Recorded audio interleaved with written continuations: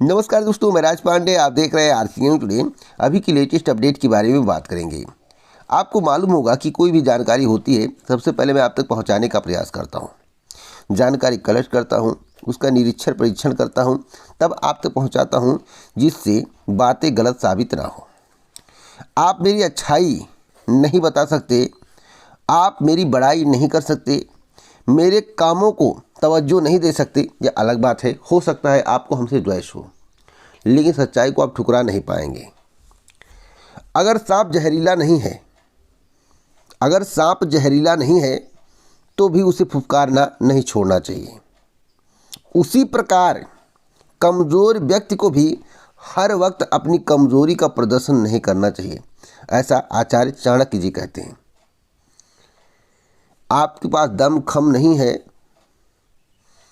तो आपको कभी भी दूसरे व्यक्ति को यह महसूस नहीं कराना चाहिए कि हमारे अंदर दम नहीं है। दम है, भले आप फीलिंग, लेकिन दूसरे व्यक्ति को ऐसा महसूस नहीं कराना चाहिए, नहीं तो हमेशा वह कमज़ोर आपको समझने लगेगा। आज की प्रमुख खबरों के बारे में बात करेंगे। उससे पहले आपसे रिक्वेस्ट, अगर आप सच्ची पत्रकारिता, निष्पक्ष पत्रकारिता, स्वतंत्र पत्रकारिता को सपोर्ट करते हैं तो इस चैनल को सब्सक्राइब करना मत भूलें। वीडियो को पूरा वॉच करें, कमेंट बॉक्स में अपनी प्रतिक्रिया दें, अपनी राय दें, जिससे आपके कमेंट को लोग पढ़ें और आपके कमेंट पर प्रतिक्रिया दें, जिससे आपको और जानकारी प्राप्त होगी। वीडियो को लाइक करके जाइएगा। पहली खबर के बारे में बात करेंगे। पहली खबर एनपीएस और ओपीएस को लेकर है। एनपीएस का मतलब क्या होता है, ओपीएस का मतलब क्या होता है, आपको मालूम होगा। नई पेंशन योजना, पुरानी पेंशन योजना। कर्मचारियों की मांग है कि पुरानी पेंशन योजना को बहाल किया जाए और नई पेंशन योजना को बंद कर दिया जाए। पुरानी पेंशन योजना बहाल होगी या नहीं, तो यह राज्य सरकार के ऊपर निर्भर करता है, सेंट्रल गवर्नमेंट के ऊपर निर्भर करता है।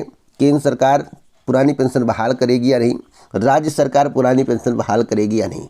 लेकिन कई राज्यों में पुरानी पेंशन बहाल हो चुकी है, जैसे राजस्थान हुआ, पंजाब हुआ। जो वादा किया गया था राजनीतिक पार्टियों के द्वारा, सत्ता आने के बाद उस वादा को पूरा किया गया। हिमाचल की बात कर लेते हैं।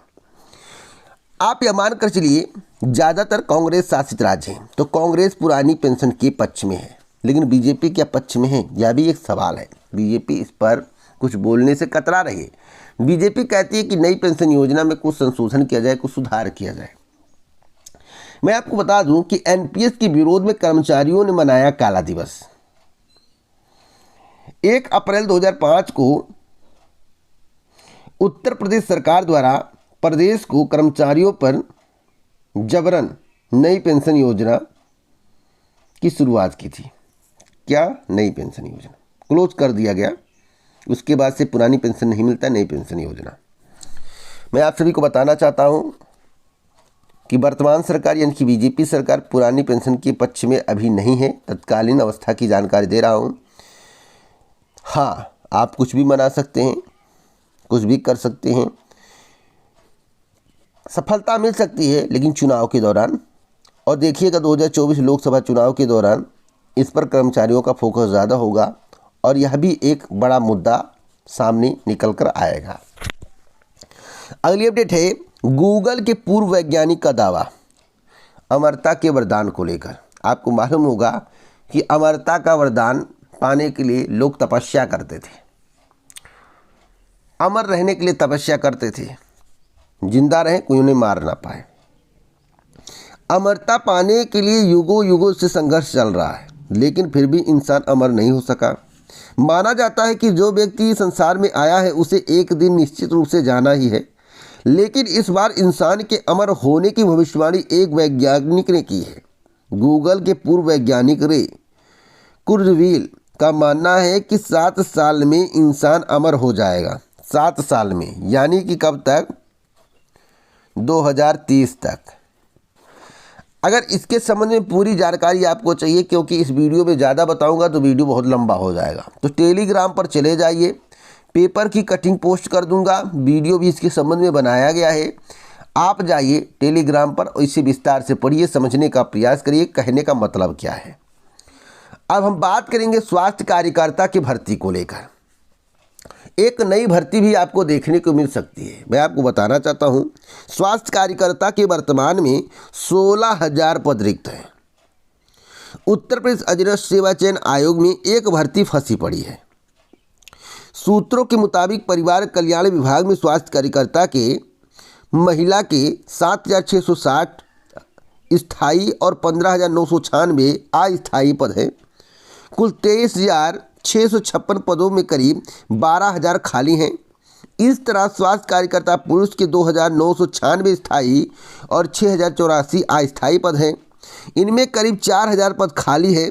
ऐसे में परिवार कल्याण से जुड़े सभी कार्यक्रम प्रभावित हो रहे हैं। आपको मालूम होगा कि उत्तर प्रदेश अधीनस्थ सेवा चयन आयोग को भर्ती कराने का जिम्मा दिया गया था। विभाग ने पिछले दिनों स्वास्थ्य कार्यकर्ता महिला के 9,000 पदों का अधियाचन उत्तर प्रदेश अधीनस्थ सेवा चयन आयोग को भेजा था, जिसमें 7,189 पद पर भर्ती पूरी की गई। लेकिन मामला सुप्रीम कोर्ट में जाने से नियुक्ति अटक गई। अब 3,000 पदों पर फिर से अधियाचन भेजने की तैयारी है। इस तरह स्वास्थ्य कार्यकर्ता पुरुष के करीब 4,000 पद भर्ती प्रक्रिया हाईकोर्ट में फंसी हुई है। इससे विभाग की कार्यप्रणाली प्रभावित हो रही है। दोस्तों, भविष्य में भर्ती हो सकती है, यानी कि पेट 2023 या पेट 2024 के माध्यम से। सच्चाई से रूबरू करा रहा हूँ आपको, भ्रमित मत होइएगा। पेट 2023 या 24 से कंफर्म जब होगा आगे मैं बताऊंगा। वैसे सुप्रीम कोर्ट के निराकरण के बाद ही महिला स्वास्थ्य कार्यकर्ता की जो पद थे उसका समाधान हो पाएगा और नियुक्ति पत्र वितरित हो पाएगा, ऐसा समाचार पत्र के माध्यम से इंगित करने का प्रयास किया गया। तो आप लोग पढ़े होंगे तो आपको जानकारी होगी। अब हम बात करेंगे दूसरे की जगह परीक्षा दे रहे साल भर गिरफ्तार हुए। आपको मालूम होगा कि कोई भी ऐसी परीक्षा नहीं होती जिसमें भ्रष्टाचार के आरोप न लगते हों, धांधली के आरोप न लगते हों, साल भर गैंग के आरोप न लगते हों। 100% यानी कि 100 परीक्षाओं में अगर हम तुलना करें तो 90 पर आरोप होते, 10 ही बच पाते हैं। Uttar Pradesh civil court staff केंद्रीय की भर्ती में दूसरे की जगह परीक्षा दे रहे युवक समेत 3 को एसटीएफ और नैनी पुलिस ने रविवार को गिरफ्तार कर लिया। एसटीएफ ने झलवा से एक सालभर को पकड़ा तो नैनी पुलिस ने सालभर और अभ्यर्थी दोनों को गिरफ्तार किया है। इनके पास से कूट रचित आधार कार्ड समेत अन्य दस्तावेज मिले हैं। मैं आपको बताना चाहता हूं, इस तरह की घटनाएं आपको उत्तर प्रदेश की भर्ती परीक्षाओं में ज़्यादातर देखने को मिलती होंगी। और 5 राज्यों का मैं जिक्र करना चाहता हूं, आपको बताना चाहता हूं कि 5 राज्यों में किस प्रकार से परीक्षाओं में धांधली करने का प्रयास किया जाता है, क्रम से बताऊँगा। नंबर 1 पर उत्तर प्रदेश चल रहा है, नंबर 2 पर उत्तराखंड, नंबर 3 पर राजस्थान, नंबर 4 पर बिहार और नंबर 5 पर हरियाणा। इन 5 राज्यों में दोस्तों परीक्षा में सेधमारी करने का प्रयास किया जाता है। हद तक सफल भी लोग हो जाते हैं, कुछ पकड़े जाते हैं, कुछ नहीं पकड़े जाते। तो बताइए भ्रष्टाचार को कैसे कम किया जाएगा, सरकार इस विषय में कब सोचेगी और कैसे इसका समाधान निकालेगी? कमेंट बॉक्स में आप लोग बता सकते हैं। अगर आप लोगों को इस संबंध में कोई नॉलेज हो, क्या इसका समाधान निकल सकता है? अब हम बात करेंगे पीसीएस के परिणाम को लेकर। पीसीएस के संबंध में एक अभ्यर्थियों ने हमसे पूछा था, तो हमने कहा था कि बहुत जल्द आएगा, और वही बात समाचार पत्र में निकला हुआ है। दोस्तों, उत्तर प्रदेश लोक सेवा आयोग पीसीएस 2022 का अंतिम चयन परिणाम 10 दिनों में जारी करने की तैयारी कर रहा है। कहीं कहीं 1 सप्ताह लिखा हुआ है, कहीं कहीं 10 दिन लिखा हुआ है। यह समाचार पत्र की बात है। मैं अपनी जानकारी आपको देना चाहता हूँ जिससे आपको सही जानकारी मिल सके। अप्रैल के 2nd वीक 9 तारीख से लेकर 16 तारीख के बीच में परिणाम जारी करने की तैयारी चल रही है। 1 दिन 2 दिन पहले आ जाए, यह सब आयोग की बैठक पर निर्भर करेगा, तो आपको सब कुछ पता चल जाएगा। 1-2 दिन मतलब कुछ नहीं होता है, आगे पीछे हो सकता है, लेकिन अप्रैल में ही परिणाम जारी करने की तैयारी चल रही, 9 से 16 के बीच में। चलिए अब बात करते हैं अगली खबर के बारे में।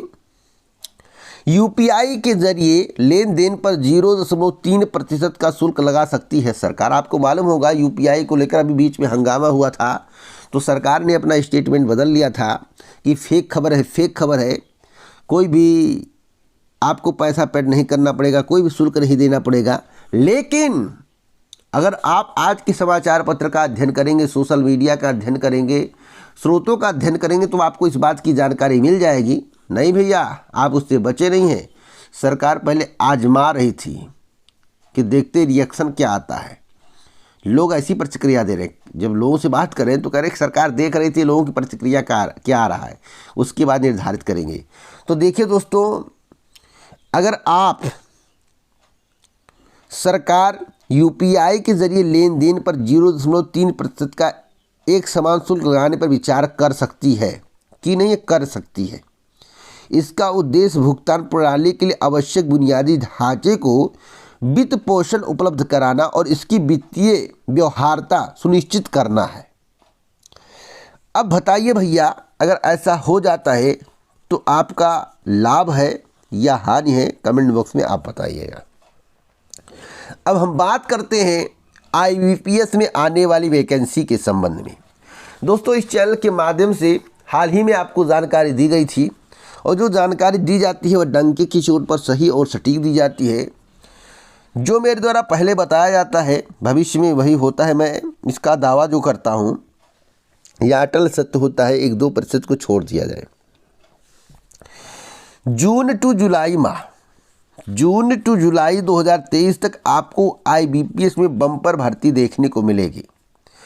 और all India bank employees association का एक लेटर वायरल हो रहा है। उस लेटर को आप लोगों ने पढ़ा होगा, recruitment of clerk for the year 2023-24। Letter कब का है? 2/4/2023।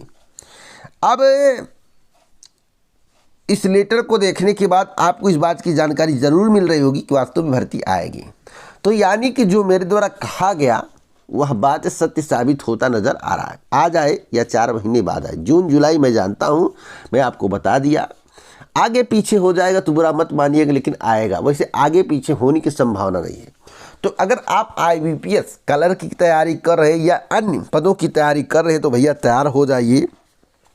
जून टू जुलाई में आपको एक बड़ी वैकेंसी देखने को मिल सकती है। तो इस वीडियो को शेयर करेंगे तभी तो लोगों को जानकारी मिलेगी। तो शेयर करिएगा, लोगों को जोड़ने का प्रयास करिएगा। आप देख सकते हैं, इस वीडियो को ज़्यादा से ज़्यादा शेयर करें, लोगों तक बात पहुंचाएं। पूरा वीडियो सुनने के लिए दिल से आपका धन्यवाद।